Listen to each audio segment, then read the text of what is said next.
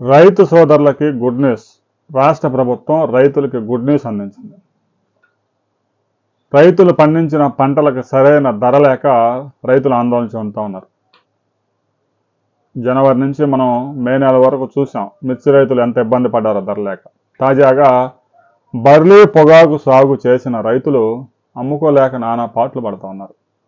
గత సీజన్లో బర్లీ పొగాకుకి క్వింటాకి 15,000 ధర పైగా దక్కడంతో పెద్ద ఎత్తున పలు జిల్లాల్లో ఈ బర్లీ పొగాకు సాగు చేశారు.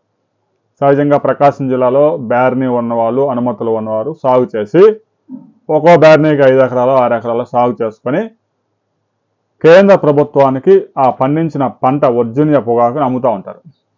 దానికైతే మంచి ధర ఉంది, 320 రూపాయల దాకా కొనుగోలు చేస్తూ ఉన్నారు క్వింటా.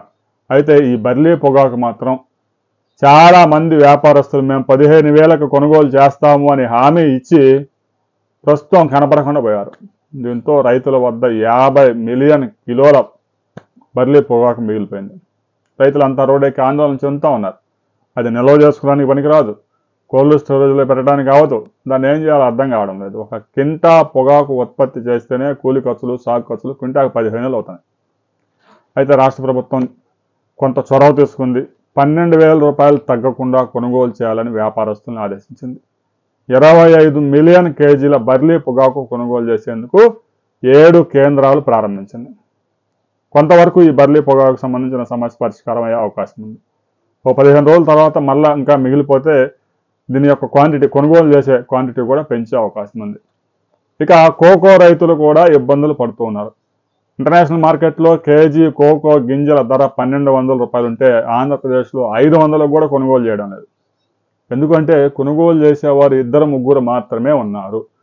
ఎవరైతే ఆ చాక్లెట్లు తయారు చేసే కంపెనీలు ఉన్నాయో వారు మాత్రమే కోకో గింజలు కొనుగోలు చేస్తూ ఉన్నారు. దీంతో కాంపిటేటివ్ ప్రైస్కు కొనుగోలు చేయడం లేదు, వారు సిండికేట్ అయ్యారు.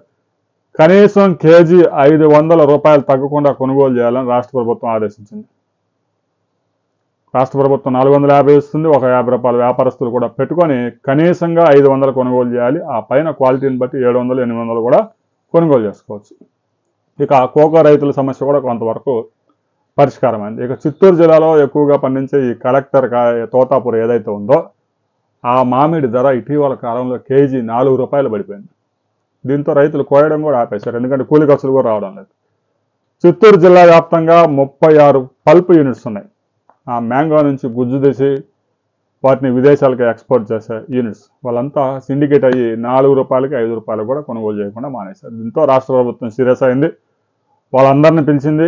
కనీసం కేజీకి 12 రూపాయలు తగ్గకుండా కొనుగోలు చేయాలి, లేదంటే చర్యలు తీసుకుంటాం, కంపెనీలు సీజ్ చేస్తామని ఆదేశాలు జారీ చేసింది.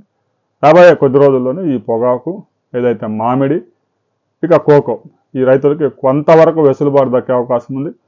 వీటిని కొనుగోలు చేయడానికి రాష్ట్ర ప్రభుత్వం 550 కోట్ల రూపాయల నిధులు కూడా విడుదల చేసింది. మరో వారం 10 రోజుల్లో ఈ సమస్య పరిష్కారం లభిస్తుందా, రైతులకు రిలీఫ్ దక్కుతుందా అనేది గ్రౌండ్ లెవెల్లో విషయం తెలుసుకొని మరో వీడియోలో మనం కలుసుకుందాం.